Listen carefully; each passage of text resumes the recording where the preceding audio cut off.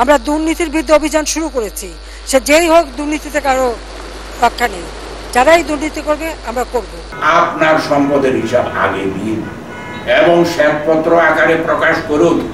আপনার মন্ত্রিসভার সদস্যদের সম্পদের বিবরণ দিন, শ্বেতপত্র আকারে প্রকাশ করুন। দেখি কার সম্পদ গত 15 বছরে কত বেড়ে কত হয়েছে। তারা জবাবদিহি করুক জাতির কাছে। জবাবদিহি করতে তো কোনো সমস্যা নাই। তাদের সম্পদ অর্জন যদি বৈধ হয়, জাতি আমরা সকলেই তাদেরকে বাহবা দেব। আর যদি অবৈধভাবে কেউ সম্পদ অর্জন করে থাকেন, তাহলে তাদের বিরুদ্ধে যথাযথভাবে আইনি ব্যবস্থা গ্রহণ করে তাদের সম্পদ বাজেয়াপ্ত করা হোক, সরকারি কোষাগারে তাদের এই সম্পদ নেওয়া হোক এবং দেশের সাধারণ মানুষের কল্যাণে এই সম্পদ ব্যবহার করা হোক। দেশবাসী এবং সাংবাদিক বন্ধুগণ, এই অবৈধ সরকারের তথাকথিত বাজেট বিষয়ে ব্যারিস্টার আসাদুজ্জামান ফুয়াদ আপনাদের সামনে মহামূল্যবান বক্তব্য রেখেছেন। আপনারা জানেন বাজেট কিভাবে হওয়া উচিত, কিন্তু আমাদের দেশে হচ্ছে কিভাবে। চরম আর্থিক দুর্নীতি এবং বিশৃঙ্খলা। সরকারের বেশ কয়েকটি আর্থিক প্রতিষ্ঠানে সরকারি চাকুরির সুবাদে আমার যুক্ত থাকার সুযোগ হয়েছে, তার মধ্যে জনতা ব্যাংক একটি। এছাড়াও আরো বেশ কয়েকটি আর্থিক প্রতিষ্ঠানে আমি যুক্ত ছিলাম, কাজ করার সুযোগ হয়েছে। এই যে লুটেরাদের বাজেটের দুটি অংশ, একটি হলো আয় আর একটি হলো ব্যয়। প্রথমে ব্যয়ের কথায় আসি। ব্যারিস্টার আসাদুজ্জামান ফুয়াদ ক্যাটেগরিক্যালি আপনাদের সামনে উল্লেখ করেছেন যে ব্যয়গুলি কিভাবে ব্যয়ের নামে লুটপাটে পরিণত হচ্ছে, আর এই লুটপাট অব্যাহত আছে। এই লুটপাট বন্ধ করবার জন্য বাজেট প্রণয়নের আগেই যখন হাত দিচ্ছে, প্রথমেই আমরা সরকারকে, এই অবৈধ সরকারকে সতর্ক করেছিলাম। আমরা মহামূল্যবান বেশ কিছু পরামর্শ দিয়েছিলাম। জাতিকে তারা বৃদ্ধাঙ্গুলি দেখিয়েছে, জাতিকে চরমভাবে তারা হতাশ করেছে। তারা মনে করে তারা চোখ বন্ধ করে রাখলে তাদের অন্যায়, তাদের দুর্নীতি, তাদের অবৈধ অর্থ আয় এগুলি আর কেউ দেখবে না। এমন আহাম্মকির জায়গায় লুটপাট করতে করতে তারা চলে গেছে। আরে সম্পদ তো একটি দৃশ্যমান বিষয়। সম্পদ কার কি আছে এদেশের সকল মানুষ জানে, আপনারাও জানেন। কে কোথায় বাড়ি করেছে, কার বাড়ি কেমন, কে কোথায় জমি কিনেছে, কত দামে কিনেছে, সেখানে কি কি স্থাপনা করেছে, আর কি কি সম্পদ তার আছে, তার চাল চলন কেমন, তার বৈধ আয়ের সঙ্গে তার চাল চলনের মিল আছে কিনা, এইগুলি তো সাধারণ মানুষ দেখে এবং জানে। তারপরেও তারা এই তাদের অন্যায়, লুট, এগুলোর বিষয়ে যখন আমার সাংবাদিক বন্ধুগণ কোনো তথ্য তুলে আনেন, তখন তারা ধমক দেয়। আরে ধমক দিয়ে কি আপনি নিজের চোখ এবং এই দেশের 20 কোটি মানুষের চোখ বন্ধ করতে পারবেন? কোনোদিনই আপনি বন্ধ করতে পারবেন না। আর্থিক লুটপাট এত চরম সীমায় পৌঁছেছে, যার কারণে জিনিসপত্রের দাম হু হু করে বেড়ে যাচ্ছে। আসাদুজ্জামান ফুয়াদ ঠিকই বলেছেন, 30 ভাগ 40 ভাগ পর্যন্ত দ্রব্যমূল্য বৃদ্ধি পেয়েছে। মানুষের দাম বিশ্বাস উঠেছে।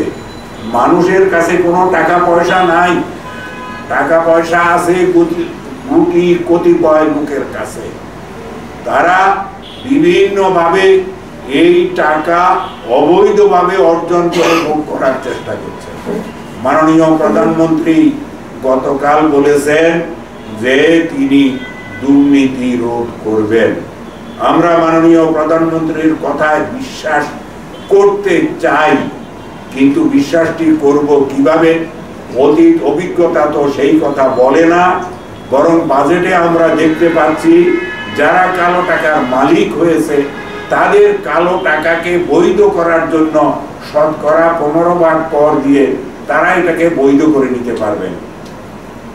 জনাব ফুয়াদ তো একেবারে ক্যাটাগরিক্যালি উল্লেখ করেছেন, যারা মাথার ঘাম পায়ে ফেলে নিজের রক্তকে পানি করে পয়সা উপার্জন করেন তাদের 15% 20% 25% কর দিতে হয়, আর যারা অবৈধভাবে অর্জন করেন তারা 15% কর দিয়েই বৈধ হয়ে যান।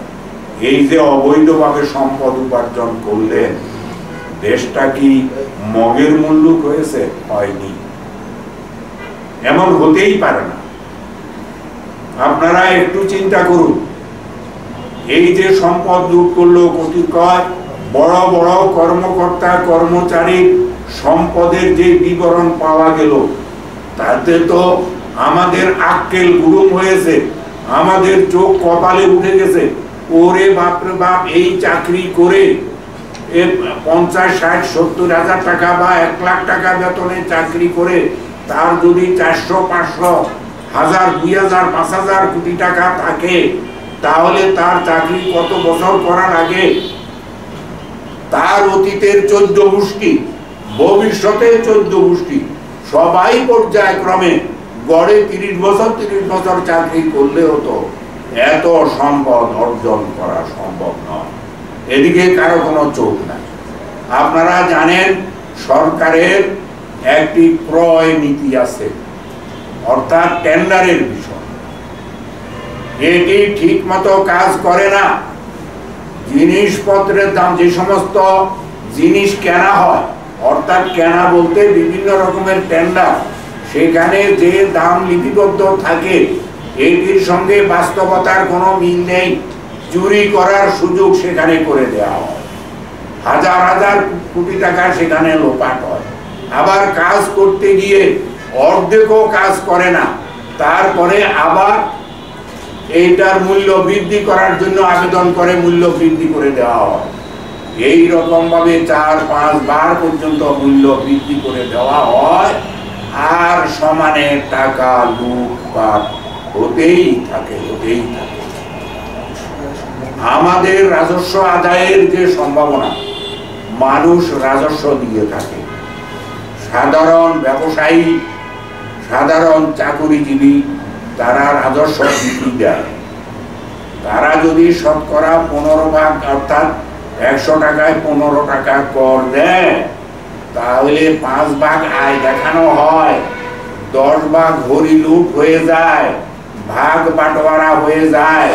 ওই ধরনের রাজস্ব কর্মকর্তারা এগুলি ভাগ বাটোয়ারা করে খায়, যেমন তেমন তাদের বাপ দাদার সম্পত্তি তারা ভোগ দখল করে খাচ্ছে। এটি আমাদের জাতির জন্য একটি চরম বিষয়। আমি করদাতাদেরকে অনুরোধ জানাবো, আপনারা নিজেরা খবর রাখুন, আপনাদের দেওয়া কর যথাযথভাবে জমা হচ্ছে কিনা রাষ্ট্রীয় কোষাগারে, এবং রাষ্ট্রীয় কোষাগার এইগুলি ঠিক মতো জমা করে ঠিক মতো ব্যয় করছে কিনা। ব্যয়ের কথা তো একটু আগেই বললাম, ব্যয়ে চরম বিশৃঙ্খলা এবং লুটপাটের একটা রাজত্ব সর্বত্র। সরকারের যতগুলি এজেন্সি আছে তারা এই লুটপাটের রাজত্বের সঙ্গে প্রকাশ্য এবং অপ্রকাশ্যভাবে জড়িত। তারা সম্পদ আহরণ করে নিচ্ছে, চুরি করে নিচ্ছে, লুটপাট করে নিচ্ছে। আমাদের দেশের সাধারণ মানুষের সম্পদ তারা এভাবে লুটে খাচ্ছে।